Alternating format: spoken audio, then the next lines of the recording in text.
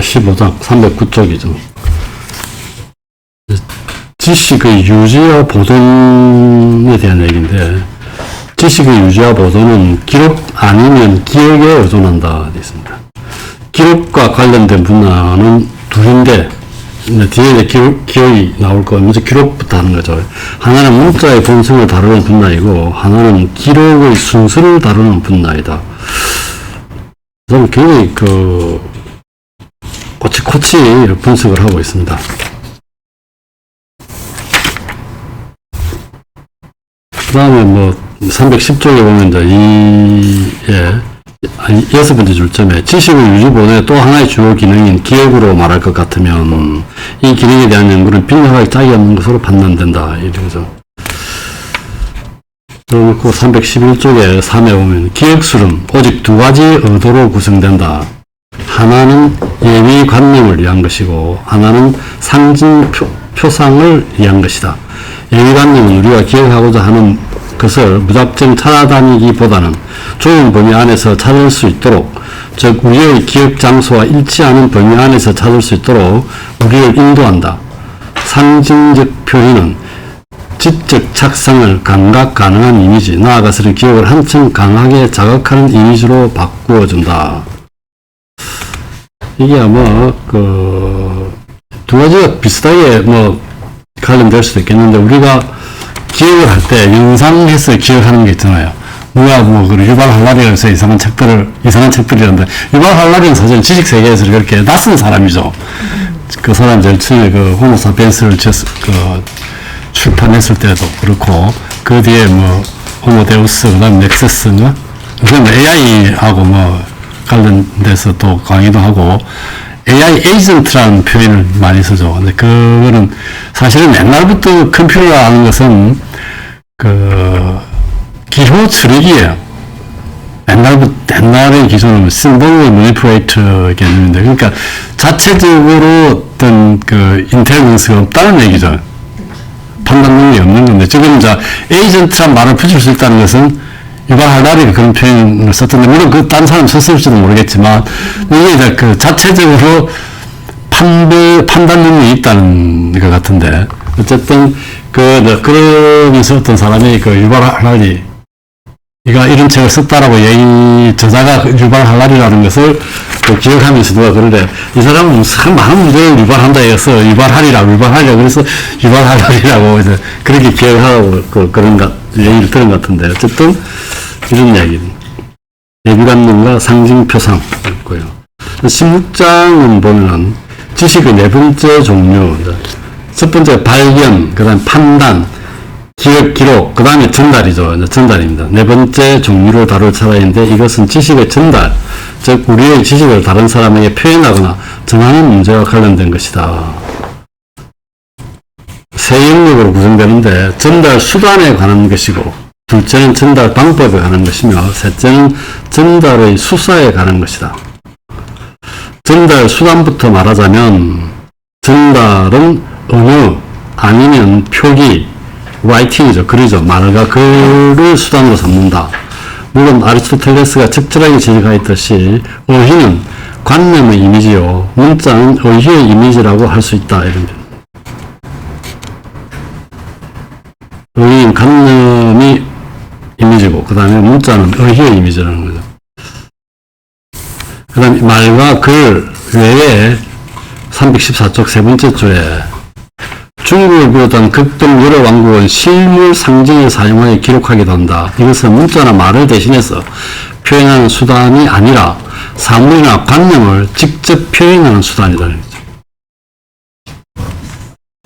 그래서 3에 보면 이렇듯 관념을 표시하는 표지에는 두 종류가 있다. 하나는 관념과 유사하거나 일치하는 종류이다. 다른 하나는 규약에 의한 것으로 표지에 대한 사람들 사이의 동의나 승인에 의해서만 효력을 발휘할 수 있는 종류이다. 전자의 부류에는 상행과 제스처가 있다는 거죠.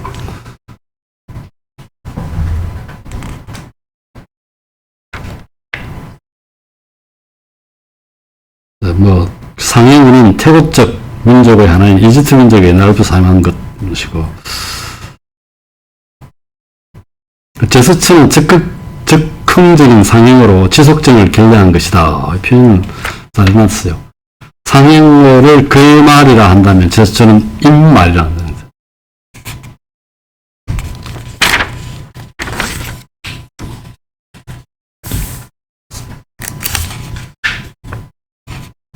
그 다음에 그 316쪽에 보면은 4 밑에서 5번째 줄이니까 문법은 언어와 어휘에 대한 고려로부터 나온 지식이다. 실로 인간이란 자신의 잘못으로 인해 쫓겨난 은총의 상태로 되돌아가려고 부단히 노력하는 존재이다. 첫 번째 일반적 저주를 만회하기 위해 갖가지 기회가 발명되었듯이 이게 그 에덴 동산에 쫓겨난 것도 신라건입니다. 두 번째의 일반적 저주, 즉 언어의 혼란으로부터 벗어나려는 이 바벨탑을 쌓았다고 그랬죠. 스스로 노력은 문법의 기회를 중심으로 추진되어 왔다.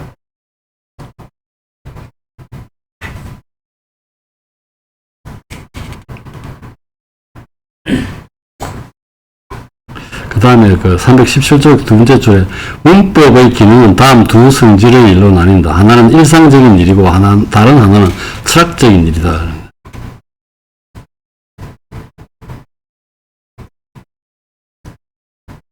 정자는 어떤 저자를 이해하거나 의견을 교환하기 위해 언어를 바르고도 완벽하게 습득하는 일을 말한다. 후자는 언어가 이성의 발자국이자 흔적이라는 견지에서 언어의 힘과 본성을 검토하는 일이다.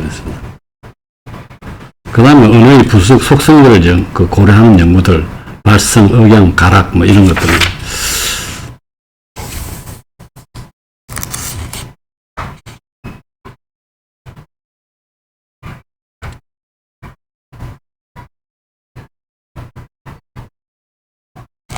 그 다음에, 재밌는 표현이 하나 있습니다. 318쪽에. 무용이 가락에 따른 걸음걸이인 것처럼 시의 운율에 따른 표현이라는 뜻이다. 이런 분야에서는 감각이 기회보다 더 훌륭한 재판관이 된다. 말하자면 나는 만찬의 음식이 요리사보다는 손님을 기쁘게 하기를 원한다네. 암호에 대한 이야기도 나옵니다. 재밌는 표현 하나가 319쪽 딱 중간쯤에 감추어진 기록의 5배를 넘지 말아야 한다는 제한 조건이 있을 뿐, 이런 표현이 있습니다. 암호가 너무 많이 복잡하면 곤란하다는 얘기겠죠. 5배 이상 넘으면 안 된다는 얘기.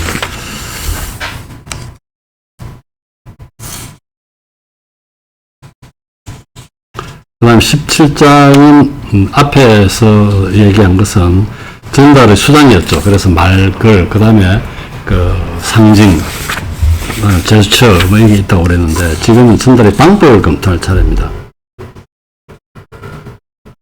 이에 보면은 논리학에서 전달 방법은 판단법의 일부로 취급되어 왔는데 이 점에서는 큰 문제가 없다 그랬습니다. 발견이 판단에 선행하듯이 판단은 전달에 선행한다는 뜻이다. 전달의 방법은 비단 지식의 활용을 위해 중요할 뿐만 아니라 지식의 진보를 위해서도 중요하다. 어떤 개인이 필생의 노력을 기울여도 지식의 완성에 도달할 수 없다는 점을 감안하면 전달의 지혜야말로 개성과 진보의 행복을 고취해주는 것이라 할 수 있다. 전달 방법은 크게 두 종류로 나눈다. 하나는 지식의 활용과 관련된 방법이고 다른 하나는 지식의 진보와 관련된 방법이다. 전자는 교시적 방법, 후자는 금융적 방법이라 부를 수 있겠다.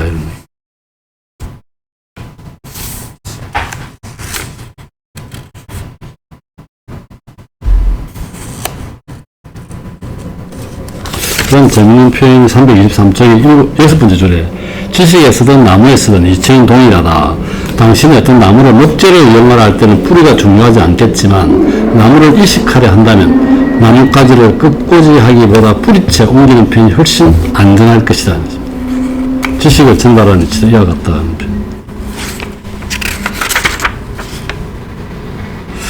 그 다음 324쪽에 6번에는 6번째 줄에 지식을 전달하는 방법에서 또 다른 중요한 종류로는 아포리즘과 체계적 해설법이 있다. 이게 이 사람이 쓰는 방법 신기관이라는 책에 보면은 이게 뭐 자문이라고 본 적도 있습니까? 그 신기관이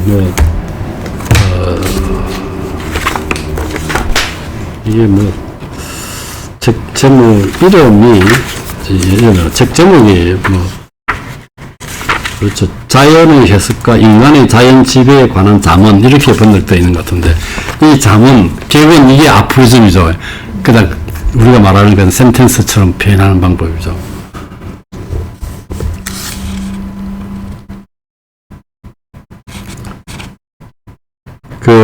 그래서 324쪽의 마지막 줄에 보면은 그러나 아포리즘의 문체는 여러 면에서 체계적 해설법으로는 감히 필적할 수 없는 탁월한 장점을 갖춘 것이다.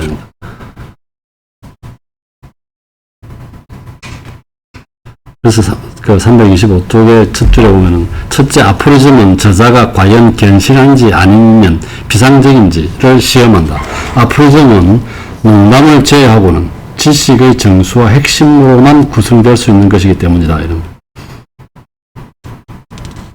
그 다음 밑에서 여섯 번째 줄에 보면 둘째, 체계적 해설법은 동의나 미덕을 넣는 일에는 적합할지 몰라도 실천 방향을 가리킨 데는 부적합하다. 실천 방향을 가리킨 이런 건 앞으로 좀 낫겠다는 얘기죠. 근데 개변처럼 아는 것이 힘이다. 뭐 이런 표현이죠. 그 다음에 마지막 줄에 보면은 마지막으로 아포리즘은 파편적 지식을 전달하는 덕택에 사람들을 더욱더 멀리 연구하도록 이끈다. 반면에 하나의 완결된 전체라는 인상을 수반하는 체계적 해설법은 사람들을 마치 그들이 최종점에 와 있기는 한 듯이 안심시킨다. 그 다음 지식의 전달 방법에는 이와 비슷한 비중으로 가진 또 다른 종류가 있다. 주장과 주장에 대한 증명으로 지식을 전달하는 방법이 있는가 하면 문제 제기와 문제 해결로 지식을 전달하는 방법이 있다. 문제 제기와 문제 해결로 지식을 전달하는 방법. 이게 우리 신학 대전에서 보면은 그런 게 있었죠. 문제 제기하고 뭐 이런 반론 제기하고 이런 게 있었는데 그 다음 326쪽에 밑에 네 번째 줄에 지급되는 주제와 내용에 따라 전달 방법이 다를 수도 있다.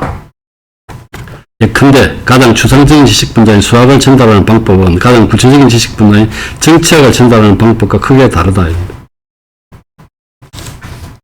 그 다음 327회 10에 보면 지식을 전달하거나 가르치는 방법 중에는 판단력을 각별히 요구하는 종류의 것도 있다. 전달되는 지식의 본성뿐만 아니라 그 지식에 대한 사람들의 선입견도 감안해 가면서 전달하는 방법이 그러하다. 이렇게. 그 다음에 비유가 뭐 필요하다는, 신학에서 비유담이 필요하다는 게 328쪽 8번째 줄점에 보면은 신학에서 비유담이며 수사적 표현이 겉으로 빈번한 것도 비슷한 맥락에서 이해할 수 있다.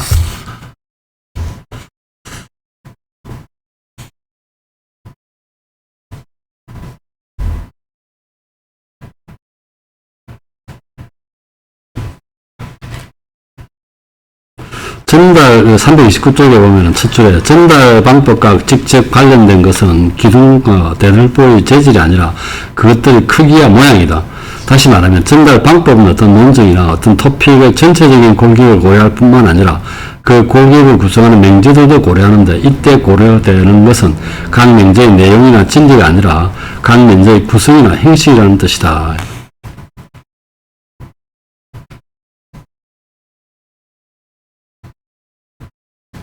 그래서 그 중간에 보면 명제의 진리를 지키는 것은 바로 명제의 형식이라는.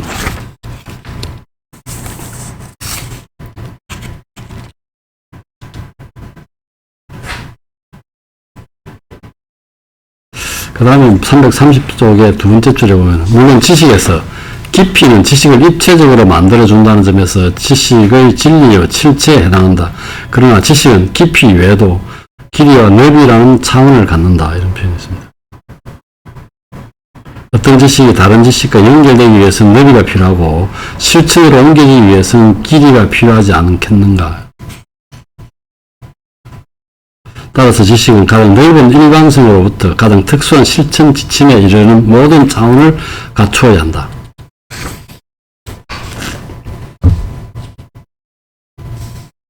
그럼 18장에 보면 앞에서 지식의 전달에 대해서는 수단, 그 다음 방법에 대해서 설명했고 지금 이제 수사에 대한 얘기입니다. 전달의 수사를 살펴보기를 하자. 이것은 보통 수사학이나 수사법이라 불리는 중요하고 충실하게 연구된 학문에 속한다. 물론 진정한 가치라는 견지에서 보면 수사는 지혜에 비해 열등하다.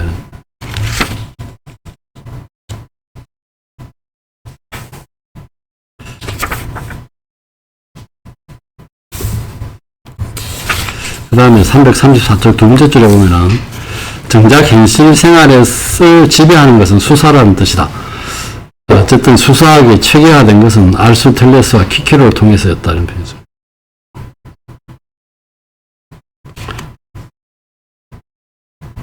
한 10번째 줄쯤 보면 이 다음에 한 12번째 줄인가요? 수사학은 이성을 상상력에 할애하여 의지가 보다 선한 방향으로 움직일 수 있도록 하는 것을 임무로 삼았다. 이런 표현이죠. 이성은 이런 임무를 수행하는 과정에서, 즉 상상력에 할애하여 의지가 보다 선한 방향으로 움직일 수 있도록, 의지가 선한 방향으로 움직이도록 이성이 역할을 한다고 그랬는데, 이런 임무를 수행하는 과정에서 다음 세 가지 장애물의 방해를 받는다. 우선 논리적 감정이나 궤변이 이성을 방해하는 바, 이는 논리학에 속하는 문제고, 상상이나 인상이 이성을 교란하기도 하는데 이건 수사학에 속하는 문제고, 끝으로 이성은 감정이나 성정에 휩싸이기도 하는데 이건 윤리학에 속한 문제라. 그래서 논리학과 수사학과 윤리학을 언급하고 있습니다. 이런 문제로 인해 인간은 타인과의 관계에서만 아니라 자기 자신과의 관계에서도 고통을 겪는다. 이런 게 방해한다고 했는데 335쪽 두 번째 줄에 그러나 인간 본성을 그리 비관적으로만 볼 일은 아니다. 논리학, 수사학, 윤리학이 발휘하는 힘은 이성을 교란하는 것만이 아니라 이성을 지탱하고 진척시키는 것이기도 하다. 이렇게 했습니다.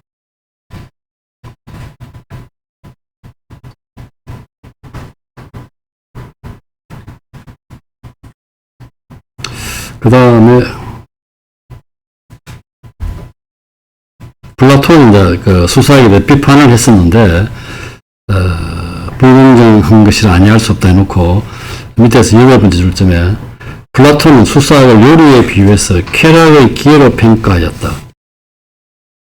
수사학은 미학의 즐거움을 위해 이런저런 양념을 첨가함으로써 몸에 좋은 고기를 망치고 몸에 나쁜 고기를 돕는다는 것이었다. 그러나 우리가 알다시피 말이나 본디 악한 것을 채색할 때보다 선한 것을 장식할 때 더욱 위력을 발휘하게 마련이다. 사람의 말이 실제 행동이나 생각보다 또 더 정직할 수 없는 일이기 때문이다. 이런 맥락에서 투키디아스는 예리하게도 근원을 겨냥하여 이런 표현이 있습니다.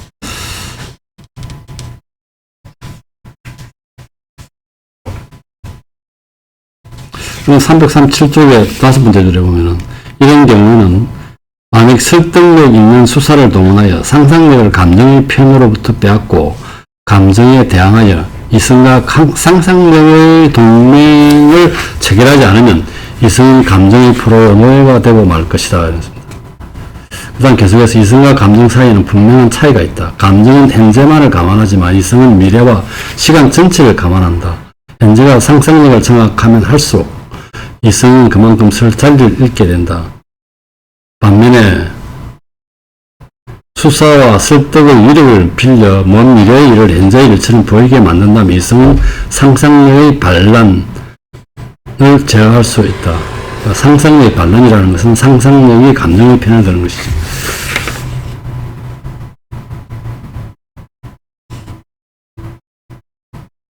그래서 그 중간에 보면은 이 이제 그 수사학, 논리학, 윤리학을 이야기하면서 6번째 줄점 보면 아리스토텔레스는 현명하게도 논리학과 윤리학 사이에 수사학의 위치를 정하였다.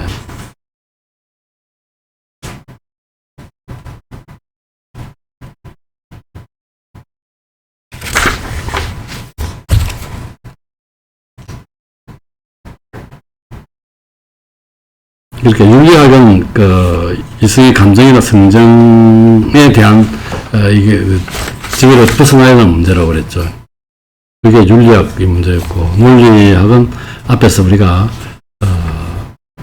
논리적 감정이나 개변이 이성을 방해한다고 그랬죠. 여기서 벗어나야 하는 문제. 이게 논리학이라면 수사학은 이 논리학과 윤리학의 중간에 위치했다는 거죠. 그 다음에 이 사람이 339쪽에 보면은 수수학에서 결핍된 측면, 6이죠. 다섯 번째 줄에. 아리스토텔레스의 지혜와 근면함을 제대로 본받지 못한 측면. 그 다음에 두 번째 문제는 340에 7이 보면은 341쪽으로 있죠. 예비적 저장과 관련된 문제입니다.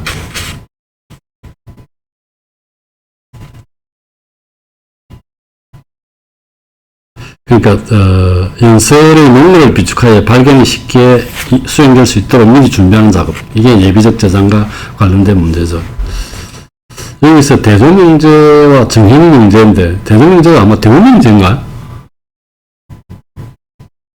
그런 표현 같은데 이게 표현이 이제 번역이 좀 이런 표현이 없는 것 같은 대동명제라는 표현은 뭐 처음 본 것 같아요. 이게 뭐 찾아봐도 이게 대우명제인가 뭐 비슷한 것 같아요. 대우명제. 그러니까 결론을 부정하고 그 결론을 부정하면 뭐 부정해서 그 가정이 부정으로 이끄는 건데.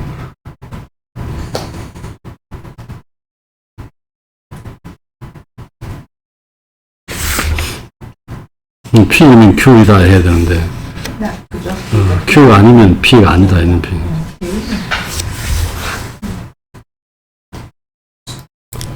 19장에 보면 지식의 전달과 관련해서 아직 두 개의 보충의 문제가 남아있다. 하나는 교정의 문제이고, 하나는 교육의 문제이다. 지식이란 선생의 가르침에 의해 전달되든지 아니면 자신들 각자의 개인적인 노력에 의해 얻어지기 마련이다. 이게 이제 교정이라는 거, 책을 쓰는 일에 충실한 교정과 편집이 특히 중요하다고 되어 있는데, 이 방면에서 부주의한 태도로 많은 폐해를 낳았다는 거죠. 실제 교정자가 자기가 이해하지 못하는 내용이 나오면 저자가 잘못 기재한 것으로 오해하곤 한다.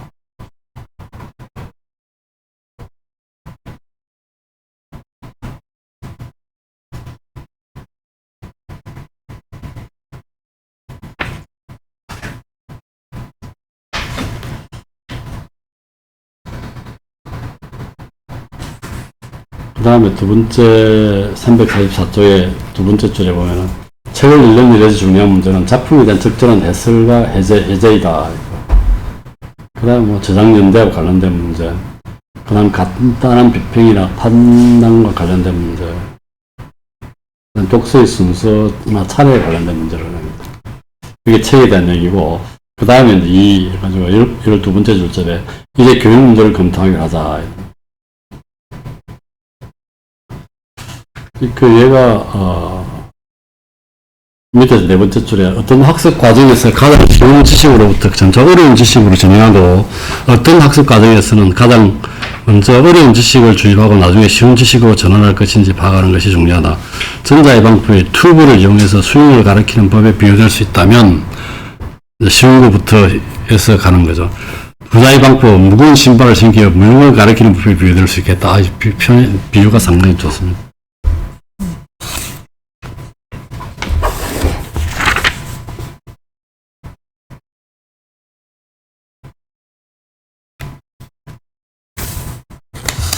그 다음에 교육에 대한 이야기 나오고, 그 다음에 첫 초기가 중요하다는 얘기, 이제 로마 오렌제 시대를 예를 들어서 로마도 초기에 그 황제들이 훌륭해서 로마 제국이 오래 갈 수 있었다는 그런 얘기. 그 다음에 이제 분류법에 대한 347쪽의 밑에 네 번째 줄에 기존의 분류법을 변화를 가한 것은 내게 이중의 필요성이 주어졌기 때문이다. 첫째로 성경면에서 서로 관련된 것을 분류하는 작업은 용도면에서 서로 관련된 것을 분류하는 작업과 구분될 필요가 있다. 그래서 예를 들어서 국무 대신에 문서를 분류하는 작업과 개인 서로한 문서 분류하는 건 다르다는 겁니다.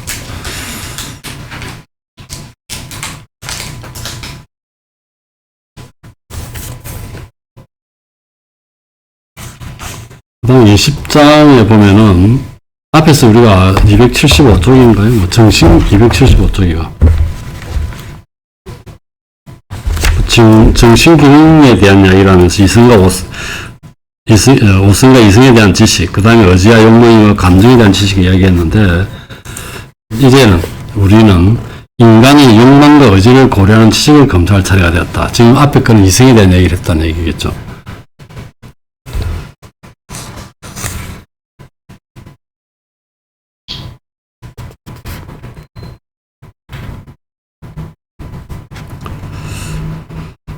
그 밑에 네 번째 줄에 보면은, 인간 의지를 어떻게 바꾸고 굴복시켜야 할지 같은 문제는 이에 관가되기 일쑤였다. 이런 거죠.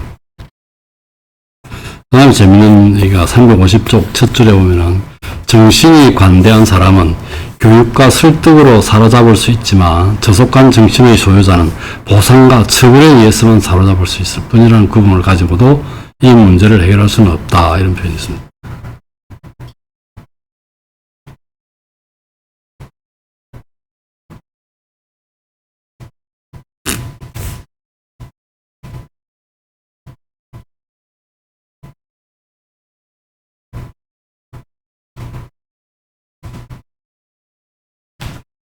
이 표현, 이 표현도 재밌는 표현인데, 350조 밑에 세 번째 줄에, 세네카는 탁월한 비판을 가하고 있다.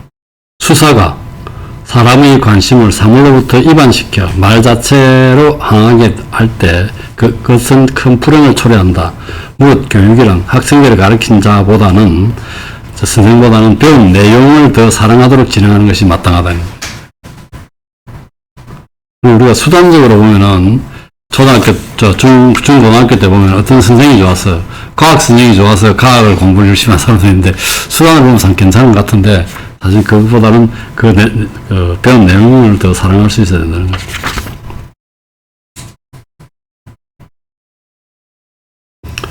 그 다음에 352쪽에 보면은, 이런 표현, 다섯 번째 줄에, 윤리 지식의 중요하고 근본적인 두 영역을 구분하자면, 하나는 선의 기관이나 모형을 다루는 것이고, 다른 하나는 정신의 양육이나 배양을 다루는 것이다. 전자가 선의 본성을 제시한다면, 후자는 인간의 여지를 어떻게 그 선한 본성에 기속시키고 어울리게 하느냐 하는 규칙들을 규정한다.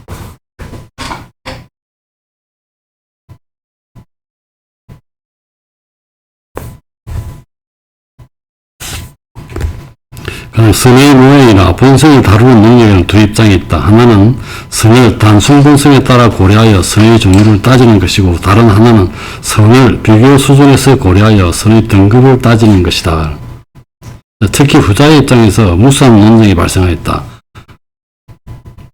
사람들이 지복, 지선, 혹은 최고 선이라 부르는 선의 최고 등급이 과연 무엇이냐에 대한 논쟁이었다.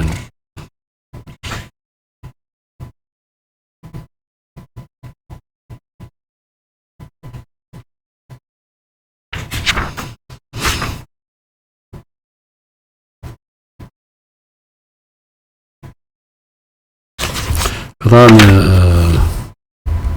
밑에 보면 354쪽에 주 보면은 11에 아리스토텔레스는 선의 세 부류를 나누어 외적인 육체의 선, 외적인 선, 육체의 선, 정신적 선으로 명명하였다. 이런 표현입니다.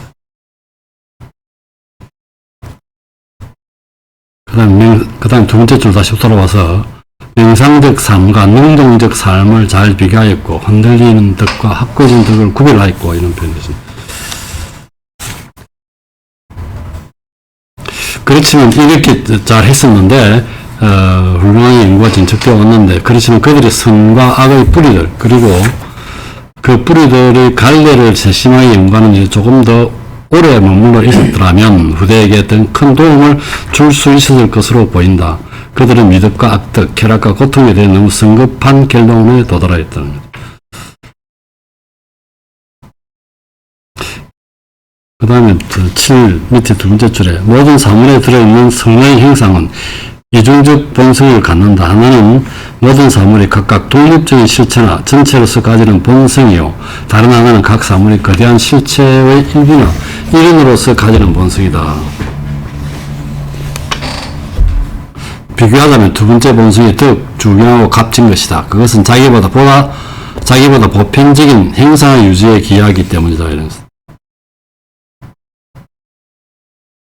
밑에서 일곱 번째 줄에 보면은 그 페이지에 타락하기, 전의 인간에게는 공공에 대한 의무를 유지하는 것이 자신의 생명과 존재를 유지하는 것보다 훨씬 고귀한 일이었다.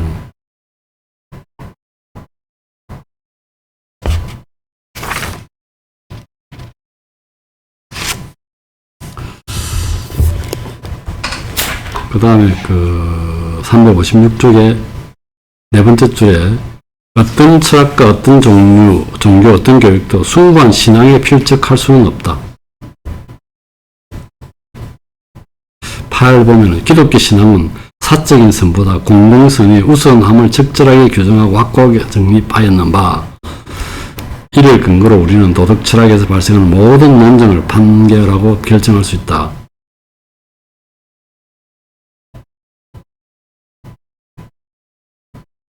그 다음에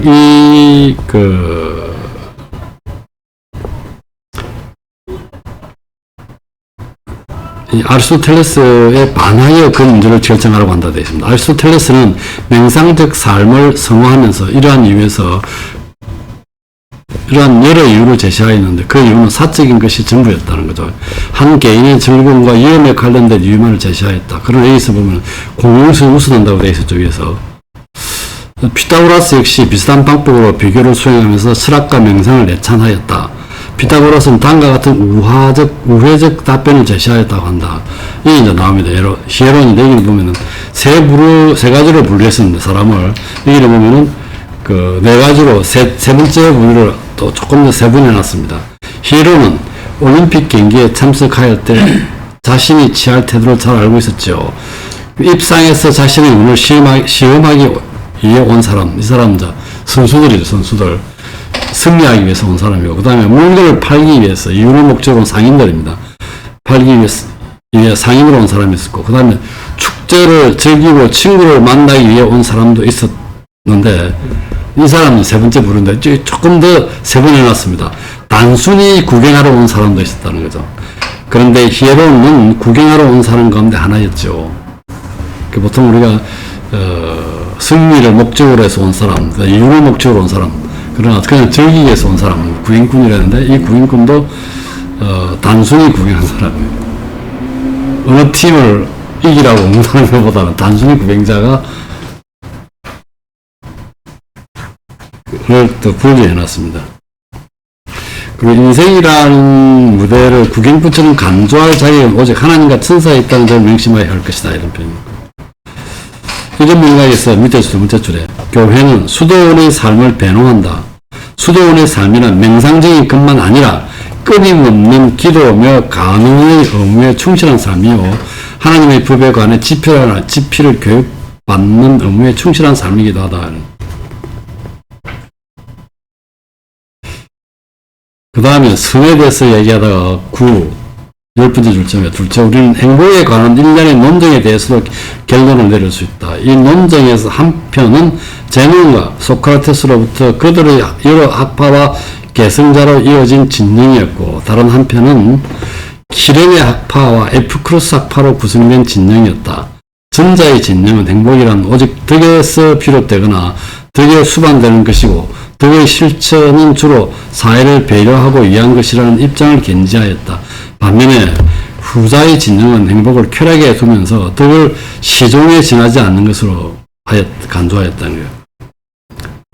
쾌락이 있기에 쾌락을 시행된 덕도 있다는 것이 그들의 주장이다. 이 진영을 계획한 에피쿠로스 학파의 계획파도, 이거는 스토아파겠죠. 에피쿠로스 학파의 계획파라는 건 스토아파겠죠. 또 비슷한 입장을 취하였는 바, 계획파는, 즉 스토아파는 행복이 정신의 평정, 즉 동료로부터 해방에서 비롯되는 것으로 보았다.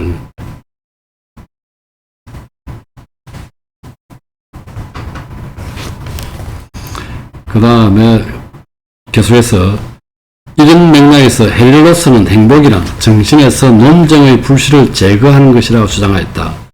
그는 선과 악의 고정적인 본성을 상정하지 않았으며 오히려 욕망의 순수함을 기준으로 사물을 평가하였다. 그래서 이 헬리오스는 스토아학파였죠. 스토아학파 밑에 보면 주의 22에 네 가지 근본 정신, 욕망, 공포, 쾌락, 고통을 설정하였는데 이 중 욕망은 무엇인가를 향하는 비합리적 충동으로 선을 낳을 수 있는 잠재적으로 유익한 것으로 간주했다. 셋째, 셋째, 에픽테토스는 스토아파의 철학자죠. 이 사람은 외적인 선행에 대해서는 무관심했고, 참된 선을 오직 개인의 내면에만 찾을 수 있다고 그랬는데, 이 에픽테토스의 철학에 대해서도 비판적 검토를 수행할 수 있다. 그의 철학은 오직 우리의 힘으로 내재적인 그거죠. 행할 수 있는 것 안에서만 행복이 추구되어야 한다고 가정한다. 우리가 운명에 의지하거나 정신의 동료에 휘말리지 않으려면 그렇게 해야만 한다는 것이다.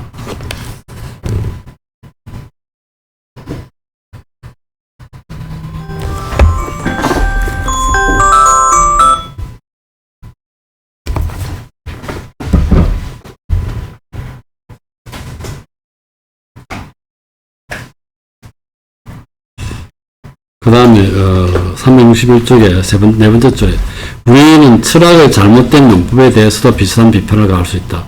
철학은 에픽테토스 시대 이래로 하나의 직업이나 전문직으로 변하는 가운데 이미 널리 오용되기 시작하였다. 직업적 철학의 목적은 고민거리에 저항하거나 고민거리를 제거하는 데 있는 것이 아니라 마치 고민거리의 원인으로부터 도망치고 피하는 데 있는 것처럼 또한 그럴 수 있도록 면밀한 특별한 종류의 생활 방식을 고수하는 데 있는 것처럼 되어버렸다. 그 다음 밑에서 다섯 번째 줄에 보면 디오게네스의 입장은 존중될 만한 것이었다. 그는 무조건 금욕하고 상관한 인간을 칭찬하지는 않았다. 그가 칭찬한 것은 위험에 처했어도 능히 견디고 자제할 수 있는 인간이요 승마술에서 그러하듯이 정신을 재단거리에서 멈추고 회전시킬 줄 아는 인간이었다.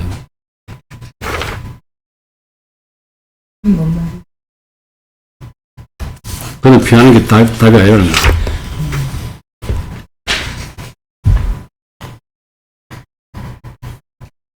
무조건 그냥 뭐 하지 마라 그런데 금욕적으로 생각하는 게 아니고 할 거 하면서 뭐 곧 있으면 참고 참아야 될 때 참고 그냥 견뎌야 될 때는 견디는 그런 거겠죠. 너무 그냥 우리가 스토아파나 뭐 금욕적인 생활은 아니라는 거죠.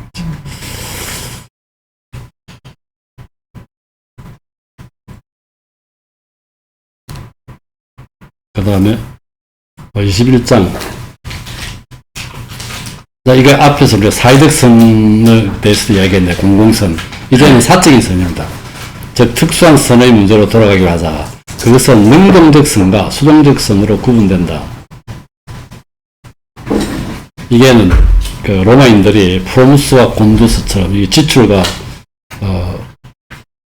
그 다음에 돈을 그들의 수입이겠죠. 그 가계 출납의 친숙한 용어로 구분한 차이가 크게 다르지 않다. 프로무스와 콘두스 아마 수입과 지출 같아요. 양자의 모든 사물에 양면처럼 함께하지만 특히 생물이 내재하는 두 종류의 욕망에서 가장 잘 드러난다. 하나는 자신을 보존하고 유지하려는 욕망이고 다른 하나는 자신을 확장하고 확대하려는 욕망이다. 더 가치 있게 보이는 것이 후자이다. 그래서 생물학적으로 보면은 자신을 보존하고 유지하는 것은 식의 문제겠죠. 그때 이거 확장하고 확대하는 것은 변칙의 문제겠고.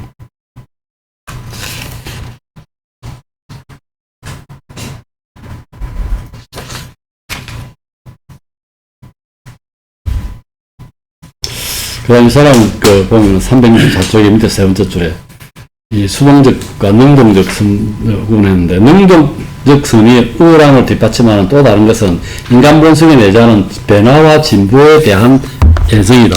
수동적 선의 주요 부분은 감각적 쾌락에서는 이런 종류의 애정이 거의 들어설 여지가 없다. 그렇다고 해서 365쪽 밑에서 일곱 번째 줄에 능동적 선이 사회적 선과 전적으로 동일될 수 있는 건 아니다. 아까 개인적 선을 따질 때 능동적 선과 수동적 선을 구분했었죠. 그 능동적 선이 사회적 선과 전적으로 동일될 수 있는 것은 아니다. 서로 일치할 때도 많기는 하지만 말이다. 능동적 선은 비록 자비로운 행동을 수반할 때도 많지만 결국은 개인의 권력, 명예, 출세, 건세 유지에 관련된 것이다. 이제는 수동적 선을 검토할 차례다. 366쪽의 다섯 번째 줄에. 수동적 선은 그것을 다시 보존적인 선과 완성적인 선으로 세분된다. 앞에서 우리가 사회적 선을 먼저 논의했고, 그 다음에 개인적 선을 얘기하고 능동적 선을 논의했죠.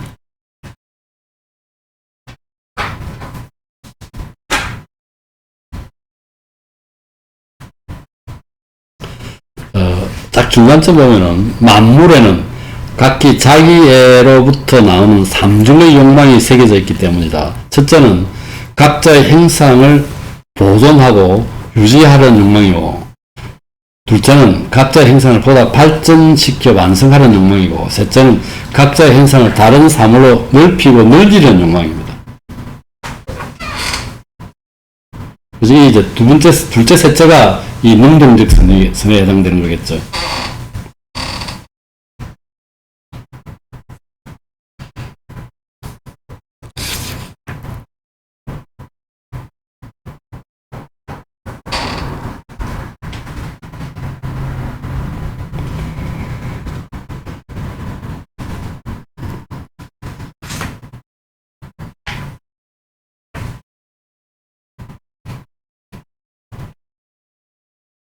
그 다음에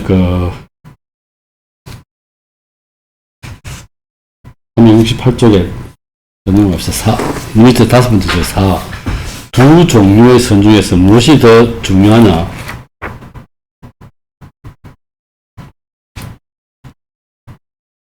하는 문제를 놓고 소크라테스와 소피스트의 논쟁을 벌인 적이 있다. 이 두 종류의 선이 아마 이게 보존적인과 완전적인 선 같은데, 소크라테스는 행복을 정신의 한결같고 지속적인 평화에 두었던 반면에 소피스트들은 만의에 원하고 원한 만큼 즐기는 것에 두었다. 양편이 논쟁에서 출발하였지만 상호 비방으로 빠졌던 것은 그 때문이다. 소피스트들은 소크라테스가 말하는 행복이란 돌부처의 행복에 불과한 것이라 평하였고, 소크라테스는 소피스트들의 말하는 행복이란 가려운 것을 긁는 것 외에는 달리 할 일이 없는 온병 환자의 행복에 불과하다는 것이었다. 양편의 의견은 각기 나름대로 지지자를 얻었다. 쾌락을 중시한 에피쿠로스 학파조차도 소크라테스 의견에 전폭적인 지지를 보냈다.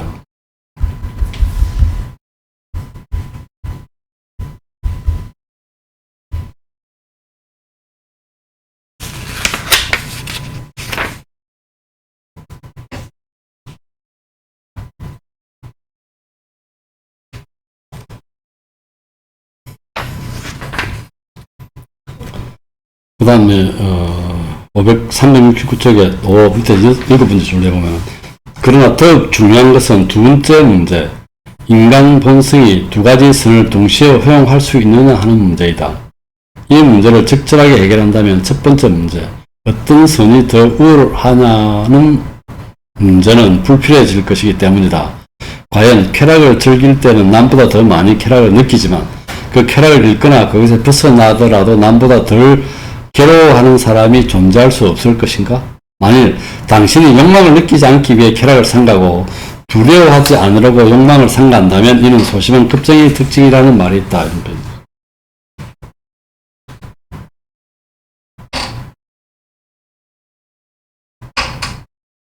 실제로 지금까지 철학자들이 제시한 학설들의 대부분은 세상을 살아가는 데 필요한 것보다 지나치게 겁이 많고 경계심이 강한 것들로 보인다. 이 철학자들은 죽음의 공포에 관한 치료법을 제공하였지만 실제로는 그 공포를 더욱 증대시켜 왔을 뿐이다.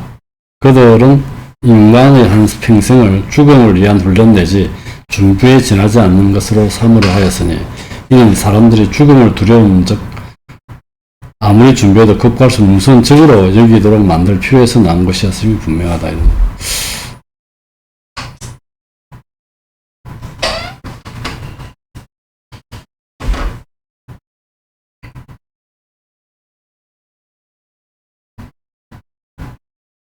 자, 이건 잠깐만.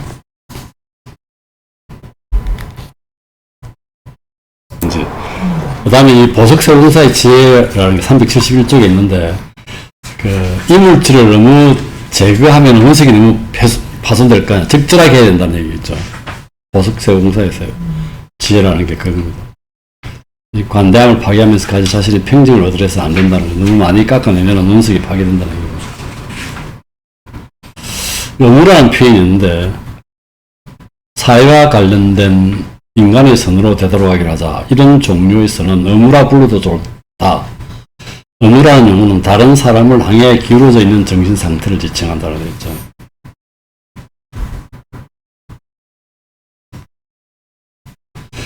의무를 다루는 이 분야는 언뜻 시민 철학이나 정치학에 속한 것으로 보일 수 있다. 왜냐하면 다른 사람을 향해 있는 정신 상태라고 그랬으니까. 하지만 세심하게 관찰해보면 그렇지 않다는 것을 알 수 있다. 왜냐하면 이 분야는 인간이 각자 다른 사람 아닌 자기 자신을 어떻게 제어하고 다스릴 수 있느냐 하는 문제와 관련된 것이기 때문이다. 그 다음에 372쪽에 7에 보면은 6번째 줄에 의무를 다루는 이 분야는 다시 두 분야로 세분된다. 첫째, 국가의 성원으로서 모든 개인에게 공통된 의무를 다루는 분야. 둘째, 각 개인이 각자의 전문 천직, 지위 등에 따라 수행하는 특별한 의무를 다루는 분야. 이렇게 되어 있죠.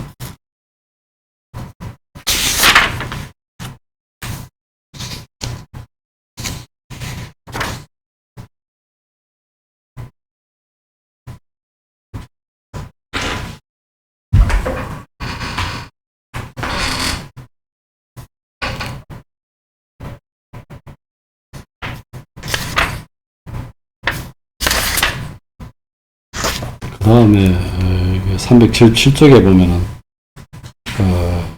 첫 줄에 그들이 인간이 무엇을 행해야만 하는가 당위를 중시한 것이 아니라 인간이 실제로 무엇을 행하고 있는가 현실을 중시하기 때문이다. 이런 표현입니다.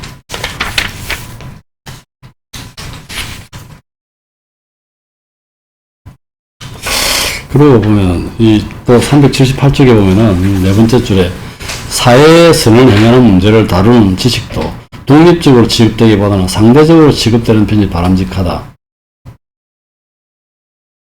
이 분야에 포함되는 것으로는 공인과 사인, 공적인 일과 사적인 일 사이에서 의무의 갱중을 따지는 문제가 있다. 이 선도 상대적이라는 얘기 같은데요. 절대적인 가치가 아니고